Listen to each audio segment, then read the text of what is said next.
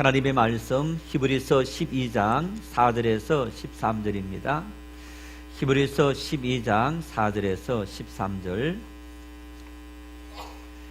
한 목소리로 합독하시겠습니다.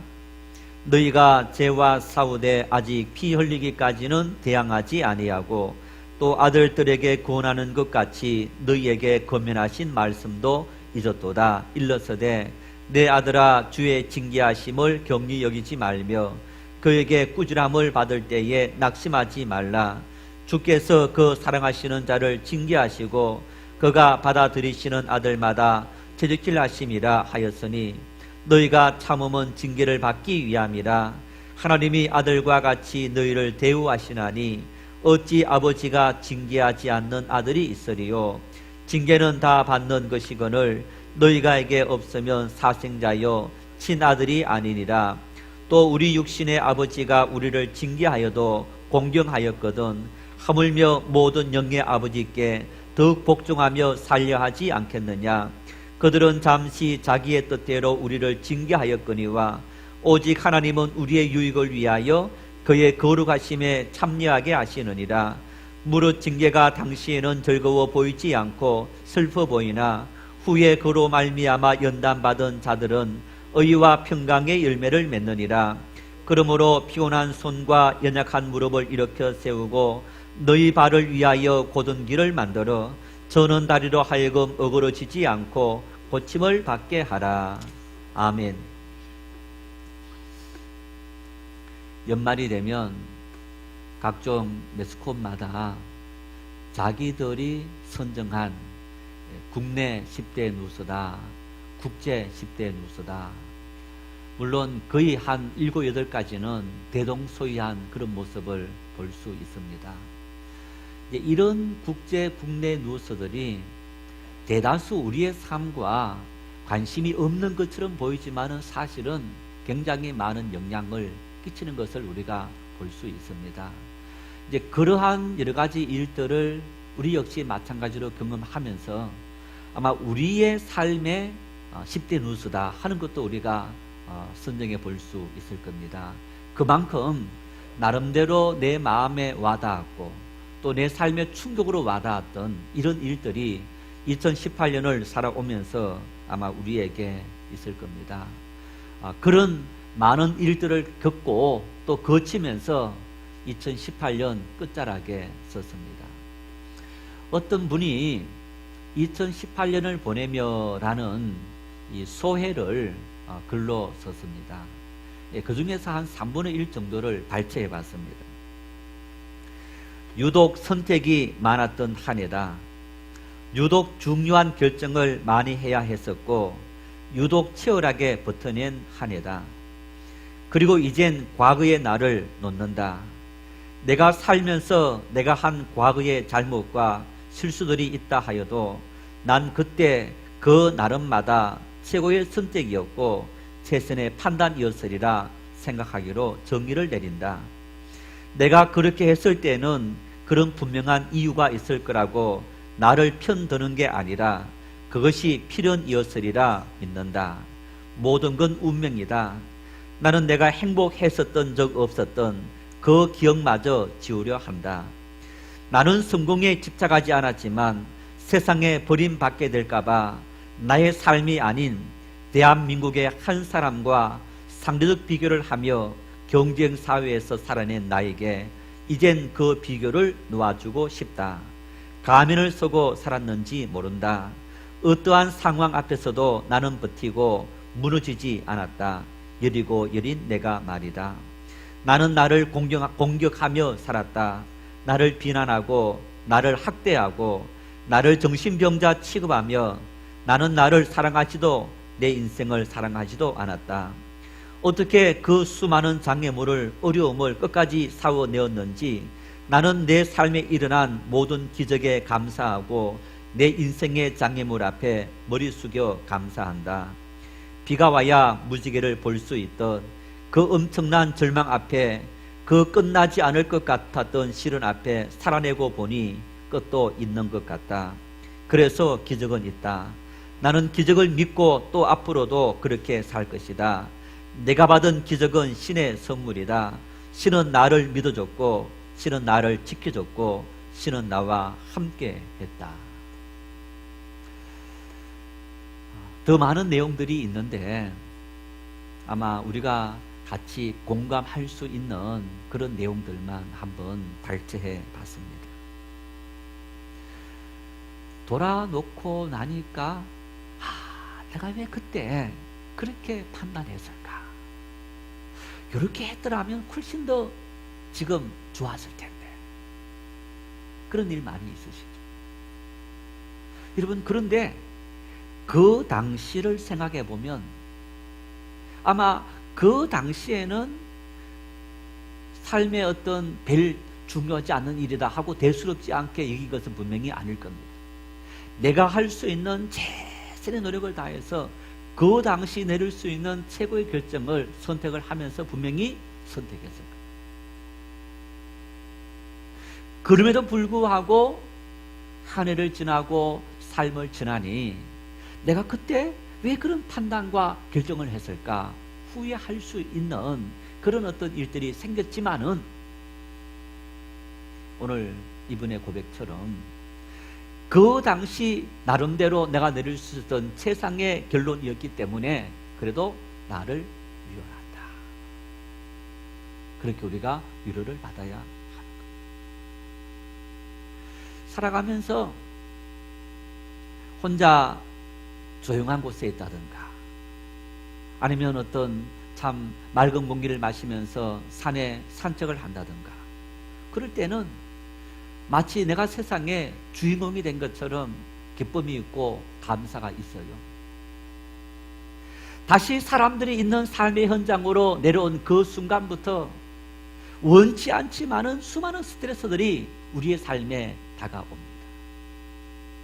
원치 않지만은 나도 모르게 다른 사람이 있는 그 모습을 보고 다른 사람이 사는 집을 보고 다른 사람이 살아가는 자동차를 보고 입고 있는 옷을 보고 먹는 음식을 보고 이런저런 매스컴 보도를 통해서 많은 지식들을 현장들을 받아들이면서 끊임없이 비교합니다. 그렇게 비교하면 행복해질 수 있는 사람이 아무도 없어요. 원치 않았지만은 우리는 그런 비교를 하면서 이 한 해를 살아왔고 그리고 비교하면서 받았던 수많은 스트레스들 또 삶을 고민하게 만들었던 많은 장애들 그 모든 것을 딛고 뚫고 오늘 이 자리 다다르게 된 것. 이번에 마지막 고백처럼 그래서 우리의 삶은 정말 기적이었다. 내가 오늘 2018년 끝자락에 서 있는 것이 정말 기적이었다. 신의 은혜였다. 우리는 하나님의 은혜였다. 하나님께서 나에게 기적을 베풀어 주셔서 내가 오늘 이 자리에 서서 하나님 앞에 감사할 수 있게 되었다. 인생을 마라톤에 많이 비교합니다. 마라톤의 인생을 비유하는데 제가 한번 이 42.195km와 365일을 나눠봤어요. 2018년이 며칠 남았습니까? 하루 반이 딱 남았습니다. 이틀이 남지 않았습니다. 42.42,195m를 나눴더니 365로 나눴더니 이렇게 어느 정도 되느냐 하면 지금 이틀은 한 200m 정도가 되는 거예요. 마라톤 경기를 할 때 선수들이 사람들이 가득 채워져 있는 그 경기장에서 출발을 합니다. 수백 명이 때를 지어서 출발을 하는데 경기장을 뺑글뺑글 도는 것이 아니고 주어진 마라톤 코스를 돌기 위해서 시내 거리를 질주합니다. 거의 아마 42.0km를 다 돌고 이제 마지막 다시 꼬린 지점을 해서 들어와서 운동장을 뛰는 그 거리가 한 200, 300m 정도밖에 되지 않습니다. 그 정도 뛰면 거의 마무리를 합니다. 자, 그러면 오늘은 마라톤에 비유한다면 우리가 지금 어느 지점에 다다른 겁니까? 다시 우리가 출발했던 그 운동장으로 돌아왔어. 다 지금 골인하고 있는 그 골인점을 향해서 달려가고 있는 겁니다. 아주 특별한 일. 뭐 갑자기 마른 하늘에 벼락이 쳤어. 아니면 심장마비가 일어났어. 아니면 어떤 사람이 강제로 이렇게 잡게 만들어서 그런 경우 아니면 거의 대다수가 골인 지점을 통과할 수 있는 지점에 다가온 겁니다.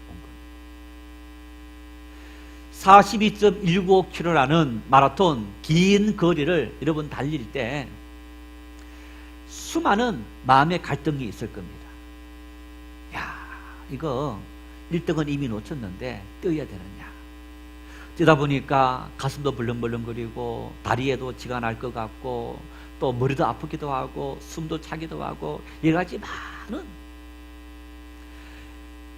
2018년 한 해를 걸어오면서 지진의 피해, 여러분 또 인도네시아에 올해 벌써 2번이나 쓰나미 때문에 수백 명씩 목숨을 잃는 이런 일도 있었습니다. 우리나라는 화재로 가스로 또 많은 사람들이 목숨을 잃는 이런 자연재해와 인재, 이런 영향뿐 아닙니다. 병원을 가보십시오. 수많은 사람들이 병이 발병해서 입원하고 또 죽어가기도 하고 치료받는 그런 삶들이 있습니다. 이혼 법정에서 수많은 가족들이 이혼하는 이런 어떤 사태가 오늘 우리가 살아가는 삶의 현장이고, 함께 살면서도 이웃과 그리고 가족 간의 수많은 갈등 속에 우리가 참 그 갈등을 딛고 살아온 생애가 2018년 이 한 해이기도 합니다. 그런 삶을 살아왔기 때문에 우리가 참 이 한 해를 마무리한다는 것은 기적이고 하나님의 은혜이다. 한번 여러분, 제가 한 번씩 하는데 연말 되면 손 얹어보세요. 자기 머리 어떻게 하라고요? 예, 쓰러듬으면서 참 자기 이름 불러가면서 철웅아 수고했다. 한번 여러분 해보세요. 수고했다. 여러분 정말 수고한 거예요. 정말 우리는 수고한 겁니다. 수고하고 그리고 이 마라톤 경기에서 우리는 끝까지 달려서 살아남게 된 겁니다. 하나님의 은혜임을 고백하고 감사할 수 있기를 바랍니다. 옆 사람 모시면서 참 수고 많이 했습니다. 대견스럽습니다. 한번 인사하십시오.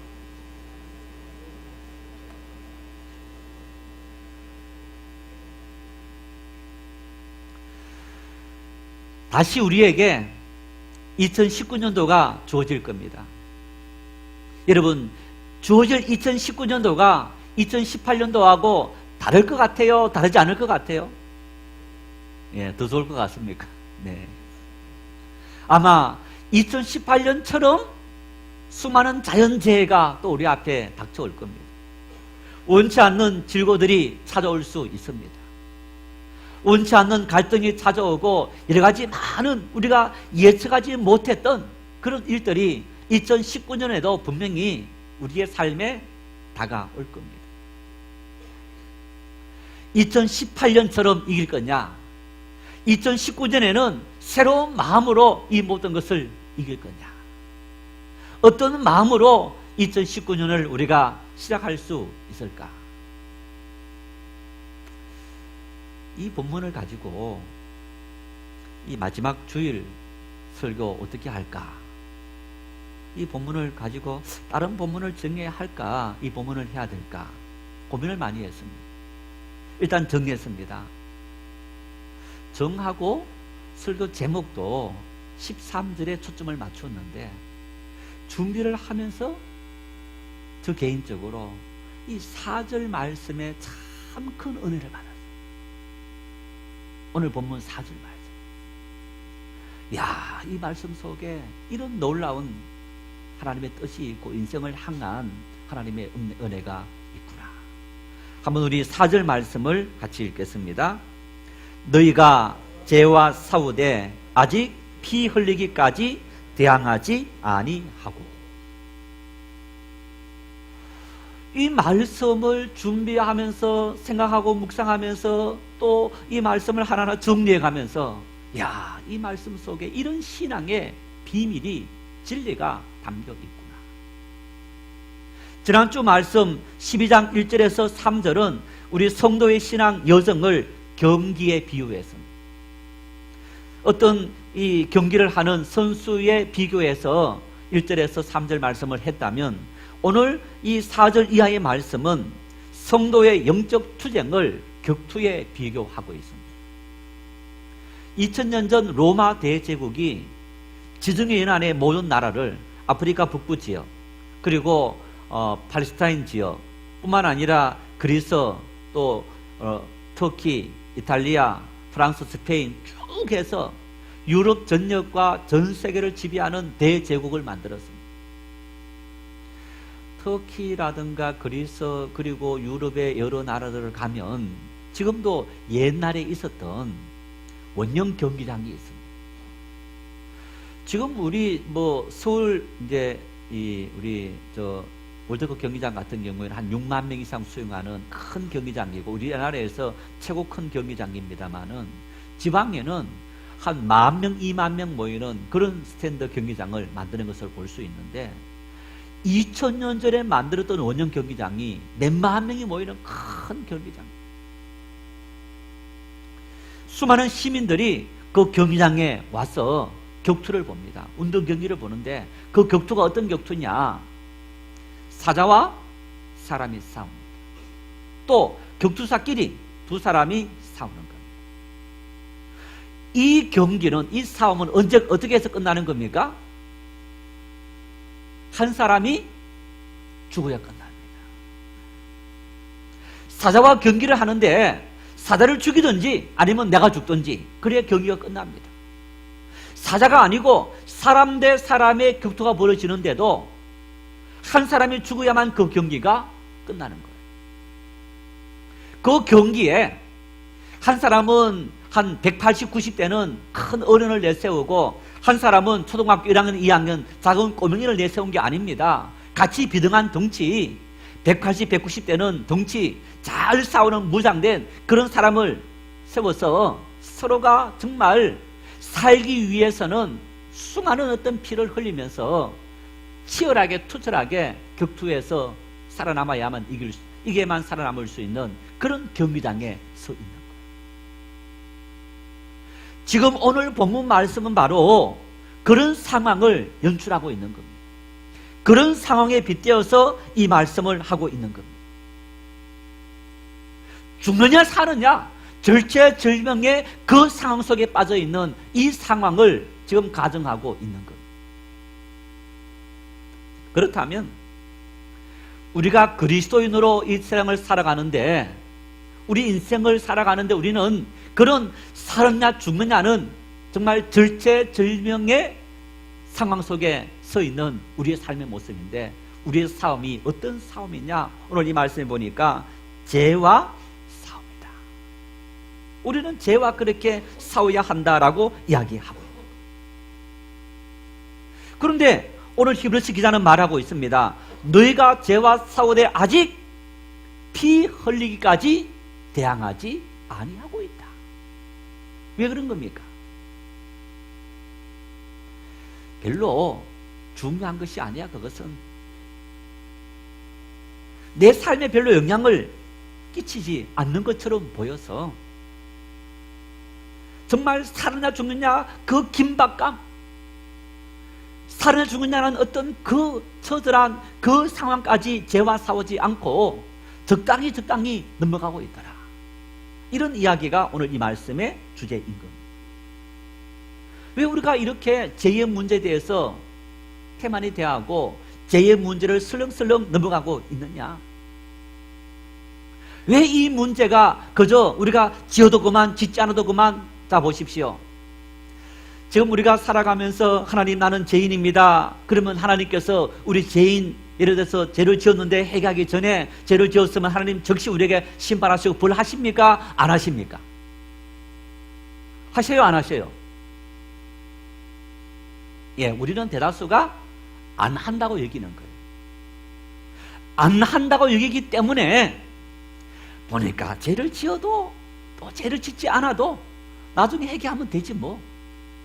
사랑의 하나님은 다 용서해 주시는 거야.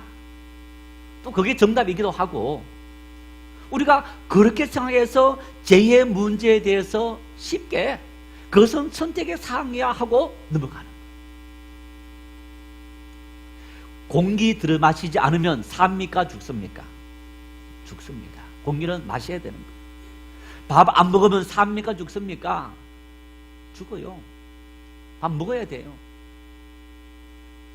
집사람이 밥 먹을 때마다 나는 오늘 밥 안 먹었대. 쌀밥 안 먹었다고 밥 안 먹었다. 반찬은 밥 아닙니까? 음식이죠. 요즘은 우리가 밥 먹었다가 아니고 음식 먹었다 해야 되는 겁니까? 자, 음식 안 먹고 삽니까? 못 삽니까? 죽어요. 여러분, 이것과 마찬가지로 우리가 이 죄의 문제는 살았냐 죽느냐 아주 심각한 문제를 일으키는 그런 양상인 것을 우리는 볼 수 있는 겁니다. 왜? 인생의 모든 불행의 원인이 뭐냐? 죄입니다. 인생의 모든 불행의 원인이 죄인 거예요. 죄로 말미암아 죽음이 임했고 두려움이 임했고 염려가 임했던 겁니다. 죄로 말미암아 우리는 걱정의심하며 살아가는 그런 인생이 되어져 버린 겁니다. 그 죄로 말미암아 하지 말아야 될 수많은 걱정의심을 하게 되고, 죄로 말미암아 사랑하며 살아야 될 우리가 서로 미워하고 분쟁하며 살아가고 있고, 죄로 말미암아 우리는 세상 걱정의심 염려를 다 끌어안고 살게 되었더라라는 얘기입니다. 죄가 무엇이기에 이처럼 엄청난 영향을 끼치고 있는 것입니까? 우리는 죄를 단순히 주의를 지켰다, 지키지 않았다, 봉사했다, 하지 않았다, 기도했다, 하지 않았다, 우상을 섬겼다, 섬기지 않았다, 살인했다, 살인하지 않았다, 이웃을 사랑했다, 사랑하지 않았다. 여러분, 이러한 현상들, 행동들, 이것을 죄다 아니다 라고 생각합니다. 물론 맞습니다. 그러나 이 모든 것은 죄의 많은 현상들, 가지들 중에서 한 가지일 뿐인 거예요. 이것보다 더 근저에 있는 가장 중요한 죄의 근원이 있는 거예요. 그 죄의 근원의 문제를 가지고 오늘 히브리서 기자는 우리에게 말합니다. 너희가 이 문제를 가지고 피 흘리기까지 대항하지 않았더라, 이렇게 말하는 거예요. 이게 뭡니까? 우리가 피 흘리기까지 투쟁하고, 그리고 피 흘리기까지 우리가 싸워야 될, 그리고 견뎌내야 될 이 죄의 문제, 여러분, 무엇이기 때문에 이처럼 극투사들이 살아냐 죽느냐를 비유하면서까지 이렇게 우리에게 이 말씀을, 이 권면을 주고 있는 겁니까? 죄의 근원은 하나님과 관계가 끊어졌다, 이런 얘기. 죄의 근원은 하나님과 관계가 끊어졌다. 하나님과 관계가 끊어짐으로 말미암아 우리에게 뭐가 나타나느냐? 많은 현상이 나타납니다.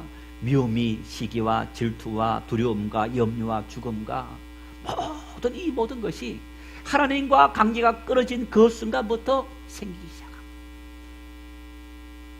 하나님과 관계가 끊어지지 않는 믿음의 삶을 살아갈 때 어떤 삶이 나타나느냐? 갈라디아서 말씀처럼 사랑과 희생과 감사와 섬김과 온유와 자비와 양성과 충성과 이런 어떤 모습이 나타나더라. 여러분, 이러한 사실을 잘 보여주는 말씀이 있습니다. 창세기 2장 8절 말씀 같이 읽겠습니다.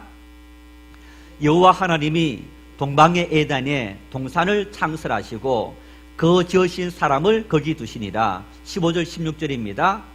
여호와 하나님이 그 사람을 이끌어 에덴 동산에 두어 그것을 경작하며 지키게 하시고, 여호와 하나님이 그 사람에게 명하여 이르시되 동산 각종 나무의 열매는 내가 임의로 먹되.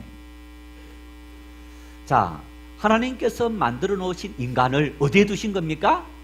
에덴 동산에. 우리가 어떤 일을 하고 살아야 됩니까? 에덴 동산을 관리하는 일을 해야 되는, 내 직업이 뭐냐? 에덴 동산 관리하는 일입니다. 그리고 여러분, 우리 대가가 뭡니까? 에덴 동산에 있는 각종 나무의 과실들. 내가 노력하지 않고 경작하지 않았지만은 하나님께서 나무를 주셨고 거기 열림 맺히는 그 과실들을 다 먹기만 하면 되는 그런 삶을 살아갔던 인생이 우리들의 삶의 모습. 에덴 동산에는 입는 옷 때문에 고민하지 않았고, 먹는 음식 때문에 고민하지 않았고, 관계성 때문에 갈등하지 않았던 그런 평화로운 정말 천국 같은 삶이 에덴 동산 안의 삶이었던 겁니다. 그런데 이렇게 말합니다. 창세기 3장 16절 17절 말씀을 같이 읽겠습니다. 또 여자에게 이르시되 내가 내게 임신하는 고통을 크게 더하리니 내가 수고하고 자식을 낳을 것이며 너는 남편을 원하고 남편은 너를 다스릴 것이니라 하시고, 아담에게 이르시되 내가 내 아내의 말을 듣고 내가 내게 먹지 말라 한 나무의 열매를 먹었은즉 땅은 너로 말미암아 저주를 받고 너는 평생에 수고하여야 그 소산을 먹으리라. 하나님께서 만드시고 본래 두신 에덴 동산과는 너무너무 다른 상황이 펼쳐지고 있는 거예요. 에덴 동산 안에서 하나님께서 주시는 이 동산을 지키고, 그리고 그 결과 너희가 나무 열매를 먹고 땀 먹어 살아라. 전혀 우리가 땀 흘릴 필요 없이 살아갈 수 있는 그 삶의 모습인데, 창세기 3장으로 넘어가면서 갑자기 먼저 하와에게 이렇게 말합니다. 임신하는 고통을 더하고 자식을 수고하면서 낳을 거다. 여러분, 부모 마음은 동일하지만은 자식이 속을 썩일 때 누가 더 힘들어합니까? 엄마입니다. 내 뱃속에서 10달 동안 품고 있으면서 낳은 모성이 아빠 부정보다 훨씬 더 위대한 것을 우리는 볼 수 있는 겁니다. 이거 남녀 성차별적인 발언은 아닙니다. 자, 남자 여자와 결혼해서 살아가는데 누가 많이 문제를 일으킵니까? 남성입니까? 여성입니까? 누가 바람 피웁니까? 예, 남자가 들어서 바람 피우죠.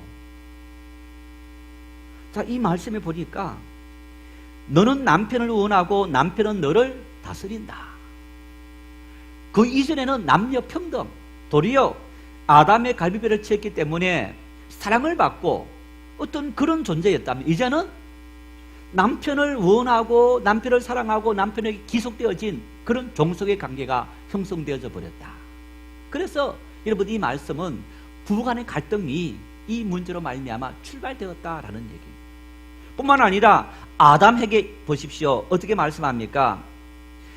땅이 저주를 받고 너는 평생에 수고하여야 그 소산을 먹을 것이다. 2장에서는 수고해야만 땅의 소산을 먹는다 말씀이 없어요. 또 이 말씀 이후에 넘어가면 땅이 너를 위해서 엉겅퀴를 낸다. 너는 열심히 노력하지만 엉겅퀴가 나와서 너 모든 노력을 무효로 만들어버린다 라고 말씀하고 있는 거예요.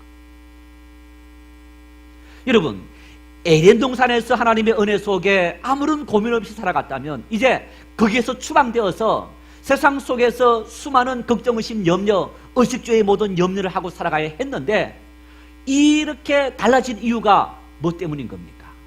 바로 죄 때문이다. 죄 때문이다.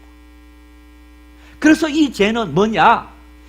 하나님의 동산, 하나님의 돌봄, 하나님의 보호, 하나님과 관계를 맺고 있을 때에는 에덴 동산 안에서 살았지만은 그 관계가 단절되자 너는 이제 내 자식이 아니야 하고 추방당한 거예요. 그 순간부터, 하나님과 관계가 끊어진 그 순간부터 인간에게는 이제 현실의 모든 문제 속에 다 본인의 힘으로 해결해야 되는 이런 문제가 다가왔고, 아무리 사랑하고 열심히 살려고 노력해도 인간 사이에 갈등이 생기고 미움이 생기고 많은 문제가 생기더라는 얘기. 이게 인간이 살아가고 있는 삶의 현실의 문제가 되어져 버렸더라. 이 모든 것들이 왜 이렇게 생겼느냐? 바로 죄의 문제로. 죄의 문제로 말미암아 생긴 이 문제인데, 오늘 히브리서 기자는 말합니다. 너희가 이 죄의 문제, 하나님과 단절된 이 모든 끊어버리는 이 죄의 문제를 위해서 피 흘리기까지 투쟁했느냐?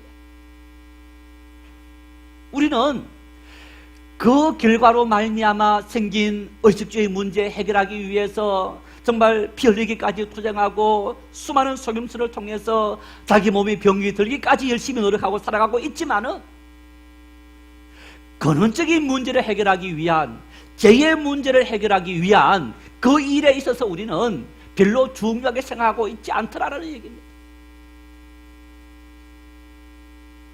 그런데 여러분, 근원적인 문제를 해결하면, 뿌리가 살아나면 저절로 살아난 그 뿌리에서 가지가 서서히 살게 되는 거예요. 뿌리가 살면 결코 죽지 않습니다. 뿌리가 힘이 있고 튼튼하면 그 뿌리에서 결국에는 정말 힘이 올라와서 힘들어 있는 가지들 다 소생시키고 힘 생기도록 이끄는 것을 우리는 자연의 법칙 속에서 볼 수 있는 것. 왜 우리의 삶의 고통이 찾아왔고 어려움이 찾아왔느냐? 하나님과 관계가 단절되어서 하나님의 은혜를 우리가 근본적으로 누리지 못하다 보니 인생을 살아가는 것이 너무너무 힘들고 스무고개 같은 인생을 살아갈 수밖에 없더라는 얘기. 그러나 하나님과 관계를 온전히 맺고 하나님 다 맡깁니다. 이 삶의 절망도, 이 삶의 시련도, 이 모든 고통도 하나님의 뜻이 다 있음을 믿습니다. 하나님, 나에게 징계가 임해도, 시련이 임해도 하나님의 뜻임을 믿습니다. 여러분, 절대적으로 그 믿음을 고백하는, 그리고 그 믿음을 고백하기 위해서 피 흘리기까지 투쟁하는 그 믿음의 삶을 사는 사람에게는 어떤 환경 속에도 평안이 있고 감사가 있고 기쁨이 넘치는 삶을 살게 되더라. 선지자들은, 구약의 선지자들은 그들이 왜 복을 받고 그들이 왜 저주를 받는지 그 두 가지 사실만을 선포합니다. 대표적인 선지자 이사야가 이렇게 말합니다. 이사야 1장 19절 20절 말씀을 같이 읽겠습니다. 너희가 즐겨 순종하면 땅의 아름다운 소산을 먹을 것이요 너희가 거절하여 배반하면 칼에 삼켜지리라. 여호와의 입의 말씀이니라. 할렐루야. 어떻게 하면 너희가 땅의 아름다운 소산을 먹을 것이라? 어떻게 하면요?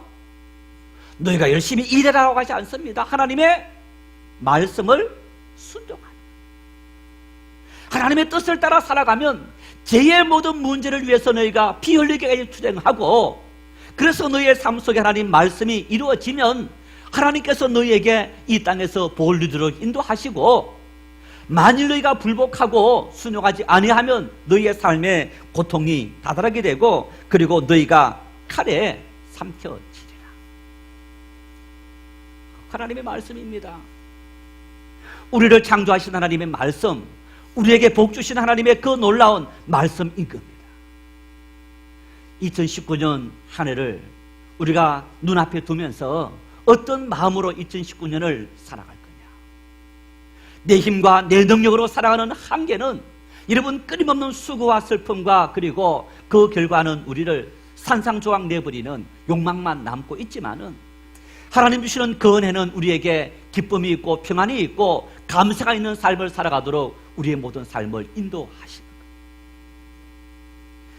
거예요. 유명한 사랑의 원자탄 손양은 목사님, 여수 율촌에 있는 애양원, 우리 2009년도에 우리 교회가 수련회 다녀왔죠.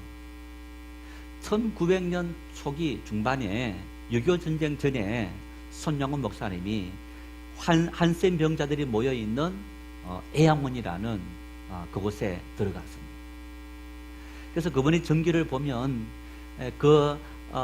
이제 그 당시 나병, 부모로부터 가족으로부터 다 버림을 당한 그 사람들이 모여서 살고 있는 그곳에 와서 그들의 피고름을 닦아주고 짜주고 그러면서 그들과 함께 한 겁니다. 여순 반란 사건 때는 두 아들이 친구에 의해서 총살당하는 예수 믿는다고. 그래서 그 총살한 아들을 이 친구 원수를 용서해달라고 석방시키고 양자 삼아서 그분도 목사님이 되신 그런 어떤 정말 위대한 삶을 살아갔는데 6.25 전쟁이 일어났습니다.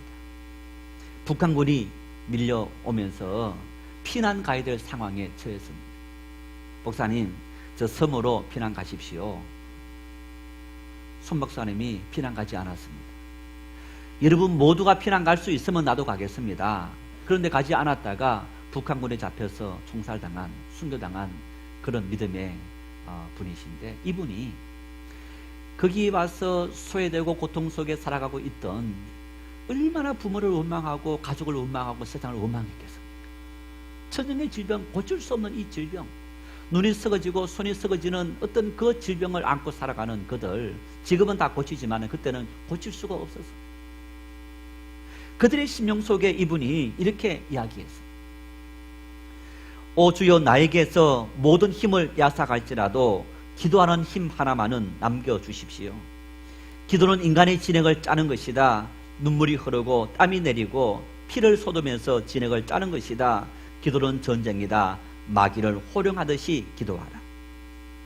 그러면서 이 애양원이 한국을 살리는 기도 공장이 되도록 우리가 이런 마음으로 기도하십시다.